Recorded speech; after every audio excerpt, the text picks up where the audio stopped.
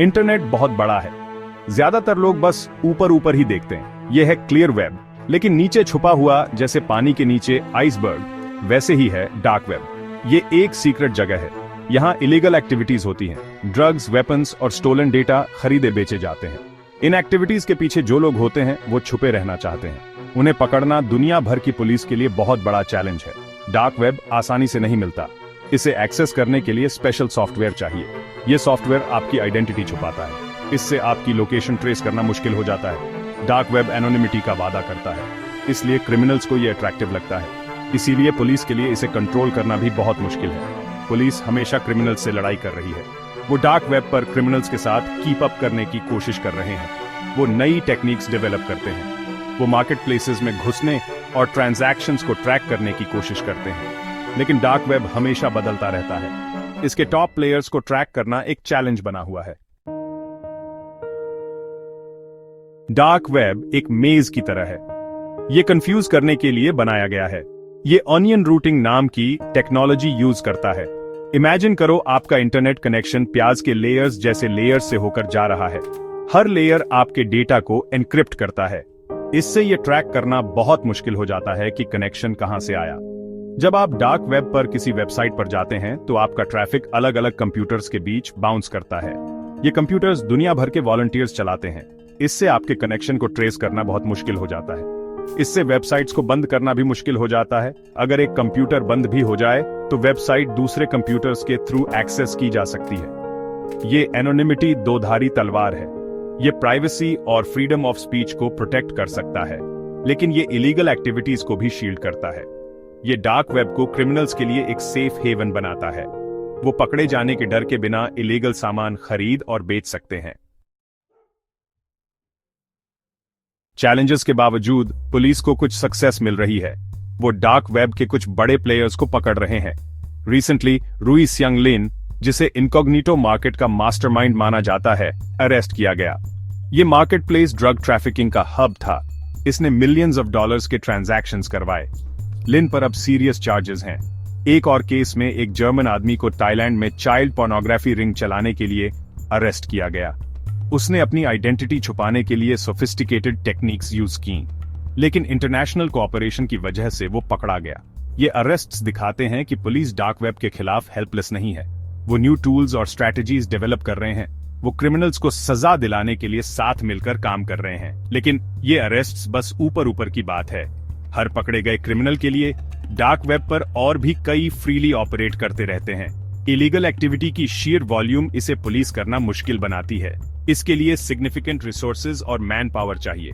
इसके लिए international cooperation भी चाहिए, जिसे अचीव करना मुश्किल हो सकता है। बिटकॉइन जैसी क्रिप्टो करेंसीज डिजिटल करेंसीज हैं। ये किसी गवर्नमेंट या बैंक के कंट्रोल में नहीं होती, इसलिए ये क्रिमिनल्स को अट्रैक्टिव लगती है। क्रिप्टो करेंसीज एनोनिमिटी का एक लेवल ऑफर करती हैं। ये पुलिस के लिए ट्रांजैक्शंस को ट्रैक करना और मुश्किल बना देती हैं। डार्क वेब पर क्रिप्टो करेंसीज इलीगल गुड्स और सर्विसेज खरीदने और बेचने के लिए यूज होती हैं। ये मनी लॉन्ड्रिंग के लिए भी यूज होती हैं। क्रिमिनल्स अपने इलीगल फंड्स को लेजिटिमेट फंड्स के साथ मिक्स करने के लिए कॉम्प्लेक्स टेक्निक्स यूज करते हैं।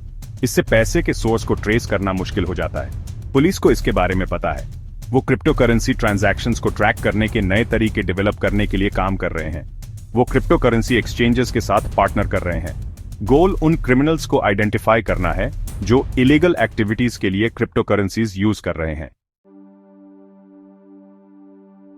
Section 5, myth versus reality, debunking the military control misconception. एक मिथ है कि यूएस मिलिट्री ने डार्क वेब बनाया था। कुछ लोगों का मानना है कि मिलिट्री सीक्रेटली इसे कंट्रोल करती है। ये सच नहीं है। डार्क वेब असल में यूएस गवर्नमेंट रिसर्चर्स ने बनाया था। उनका गोल लोगों के लिए ऑनलाइन कम्युनिकेट करने का एक सिक्योर तरीका बनाना था। उनका इरादा इसे इलीगल एक्टिविटीज के लिए यूज करने का नहीं था। डार्क वेब किसी एक एंटिटी के कंट्रोल में नहीं है। ये एक डिसेंट्रलाइज्ड नेटवर्क है। इसका मतलब है कि ये किसी एक जगह होस्ट नहीं है। ये पूरी दुनिया में फैला हुआ है। इससे इसे कंट्रोल करना या बंद करना बहुत मुश्किल हो जाता है। मिलिट्री भले ही अपने ऑपरेशंस के लिए डार्क वेब यूज करती हो, लेकिन वो इसे कंट्रोल नहीं करती। उन पर भी वही लॉज लागू होते हैं जो सब पर होते हैं। वो डार्क वेब पर इम्प्यूनिटी के साथ ऑपरेट नहीं कर सकते। Section 6.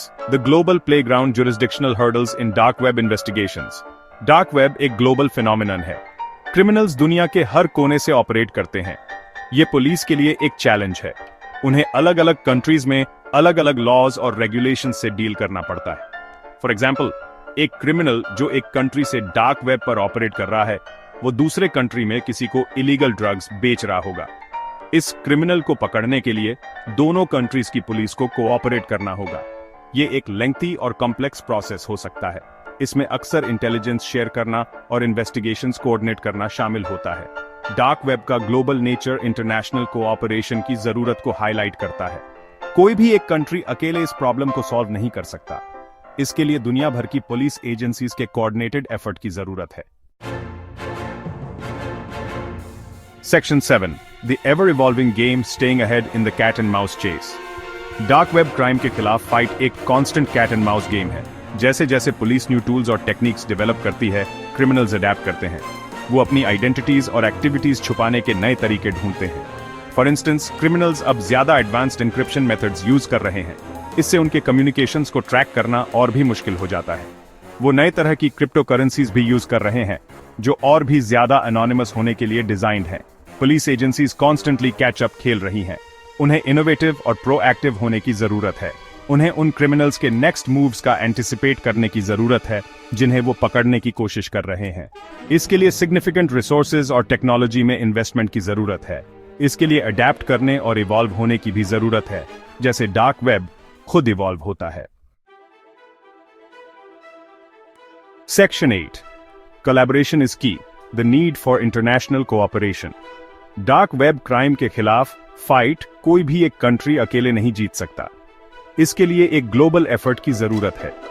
पुलिस एजेंसीज को इंफॉर्मेशन और रिसोर्सेज शेयर करने की जरूरत है। उन्हें क्रिमिनल्स को ट्रैक करने और उन्हें सजा दिलाने के लिए साथ मिलकर काम करने की जरूरत है। इंटरनेशनल कोऑपरेशन चैलेंजिंग हो सकती है।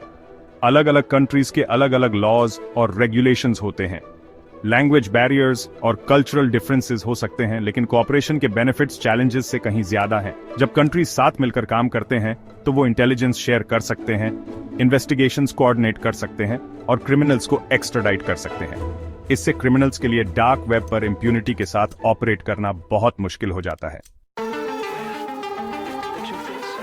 Section 9. The future of the chase. Can we ever truly secure the digital world? Dark web एक कॉम्प्लेक्स और एवर इवॉल्विंग चैलेंज है। ये अनलाइकली है कि इसे कभी पूरी तरह से खत्म किया जा सकेगा, लेकिन इसका मतलब ये नहीं है कि फाइट होपलेस है। पुलिस एजेंसीज प्रोग्रेस कर रही हैं। वो ज्यादा क्रिमिनल्स को पकड़ रही हैं और ज्यादा इलीगल मार्केट प्लेसेस को बंद कर रही है।